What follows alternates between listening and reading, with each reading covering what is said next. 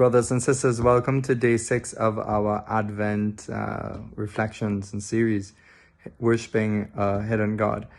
Just to tie off, the last few days we've been speaking about the descent, the great paradox, about the going down in the spiritual life, the afflictions, the crosses, are the means by which we actually climb to touch God. And I just want to say is that because that descent, often through these trials, these afflictions, we're being humbled. And in the humility, we are actually growing in union with God, because God is attracted to the humble. He can come into a humble heart. A humble heart's compatible with his light, with his being, with the presence of his Holy Spirit. And so we could say that the descent then is, if it brings us to a deeper union with God, then it's an ascent, because we're actually at the summit. If we can unite to God, who's the summit, the top, it's this paradox. In fact, even though we're going down, we really are climbing. And the holier we become, the more humble we become, then the freer we will become, the more joy we will have, the more we'll grow in the virtues. It doesn't mean we won't suffer. It doesn't mean we might not have oppressive moments, but it means that our hearts will be more given to God, more set in God, will be more free, and we will taste more joyfully of the Lord. And this state is far superior to the state of spiritual mediocrity with just the pleasantries of the world and the pleasures of the world. In fact, when you taste these things of God, those things, you look back and you're like, well, what? I'm sure you've had this experience. So what was I doing? Why did I even do those things? They're pale compared to the life with God. And like I said, that's not without the cross.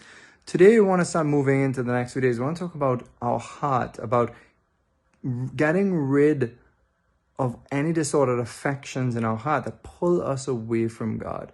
You see, as human beings, we are people with hearts full of affections and desires, and a beautiful thing. We're full of passions. The passions in and of themselves in us are not bad things. You know, the anger, for example, is a passion, but it's not bad unless it depends how it's used. So if it's used towards evil, then it's bad. But if it's used for the good, like there's righteous anger, you know, someone who has started up an initiative or a program to fix some problem in society out of a righteous anger of some evil afflicted to them that they see an injustice they want to fix, you know, so it's not an anger that hates, but it's an anger towards the sin and drives towards fixing it. But there's still love. Then they're the passions of love, that love is such a beautiful gift that we could have, but we can have this effective movement that could be not for God and pull us away from God and towards disordered love. So one of the great tragedies, or the work that the Holy Spirit has to do in our hearts, is to integrate our hearts again, to mend it, to heal it, and to bring healing to the will, our ability to desire and command our heart and our minds, and to heal it and restore it and direct it. Holy Spirit, and through grace, wants to direct our will and our desires back to God, to put God first. And so that's when we do that, then we're living in like charity. Charity is that gift of the Holy Spirit, which isn't just any kind of love.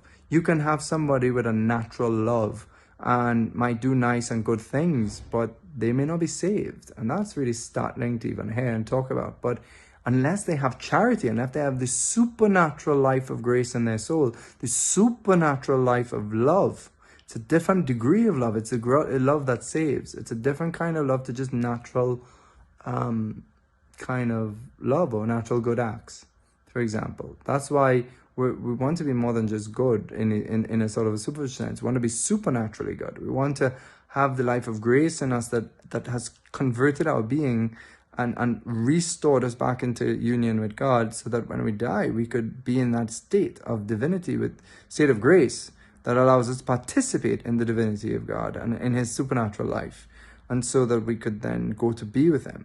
And so Archbishop Martinez, will speak about that, that every affection, to be sure, he says, is not an obstacle. For when divine love takes possession of a soul, it enriches the soul with the most pure loves. And these, since they spring from the sturdy trunk of the love of God, he says, are far from being an obstacle. In fact, they're rather a powerful help to the most intimate union, to perfect holiness, since they're expansions of divine love. So he says that when we have this deep passion of love for God, or acts of love that order towards God, like they perfect us in holiness, because God is love. The more we love, which is always tied to truth, right? Not love is not just sentimentality or my feelings of or feeling sorry for someone. It's like saying to a child, who's struggling with obesity, and you might say, okay, yes, or I feel sorry if you eat the whole pizza, a whole massive 2 pizzas or whatever. Like, that's not love. That might be just a false compassion.